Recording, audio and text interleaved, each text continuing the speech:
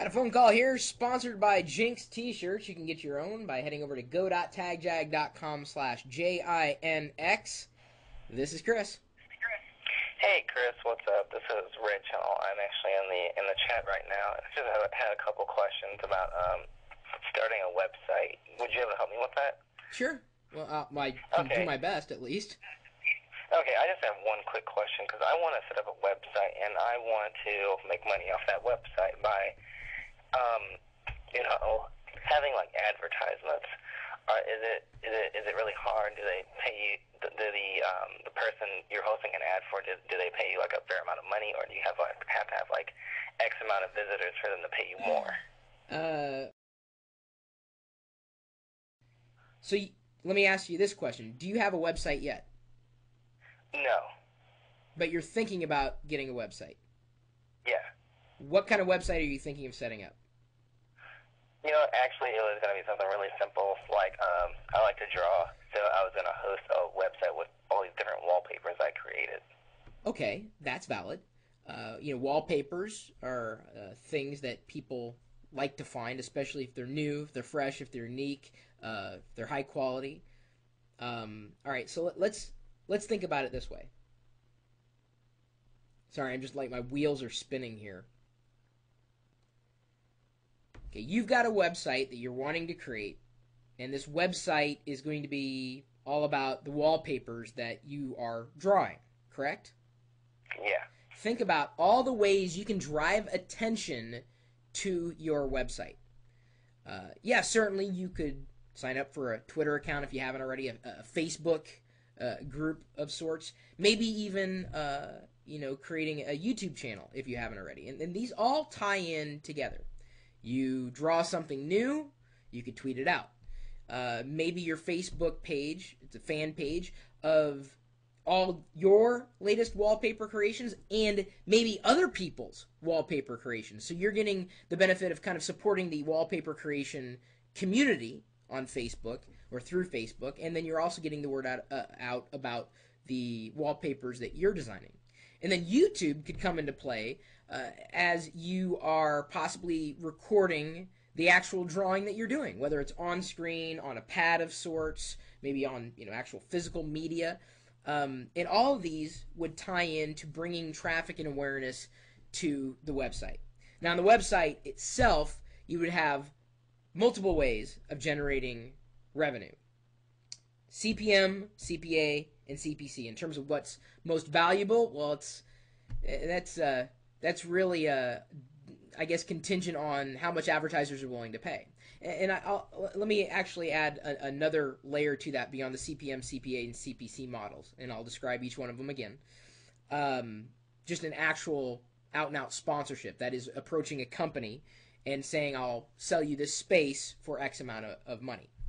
They're probably going to be interested in the stats that you've generated, of course, and you can figure out how to monetize it based on what advertisers or potential advertisers are giving you.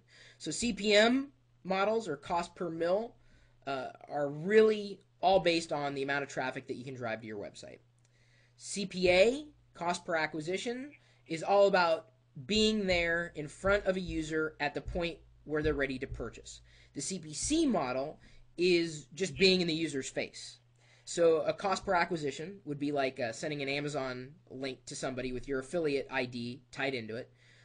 Maybe it would be something, I used this product, and this product to create this wallpaper.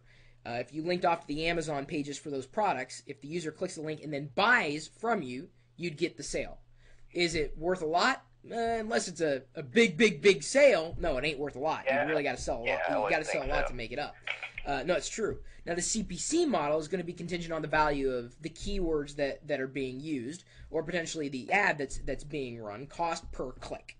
So you got cost per mil, it's all about traffic. Cost per acquisition is all about being there at the point where the user's ready to purchase. And then cost per click, or CPC. Those are the primary means of automated advertising models. And the cost per click could actually be pretty decent if you're talking about art supplies. Those links may be worth more, especially if you're targeting people that are digital artisans themselves. They want to know the tools of the trade.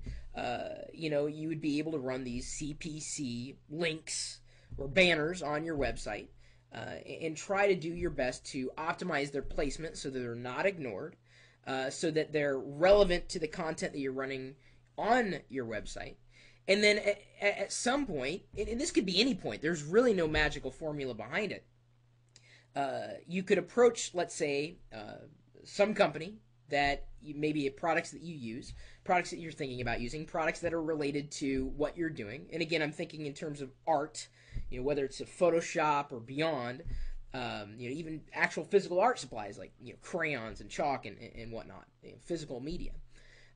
You could approach them and say, look, I'm getting this much traffic on a regular basis. I got this many Twitter followers. I got, this many people on Facebook, this many YouTube subscribers, and this is what I'm doing. Do you want to be, a big partner on the website? I'll put your logo here, here, and here, and I'll charge you X. And you could likely make more money in that partnership model than you could in more automated models through banner ad networks, which are typically CPM driven based on traffic, or even through Amazon affiliate links, or CPA models. And then more often than not, unless you're driving an insane amount of clicks, the CPC models may not pan out as well as the models that would basically be more akin to you approaching a sponsor or a sponsor approaching you and selling on that basis.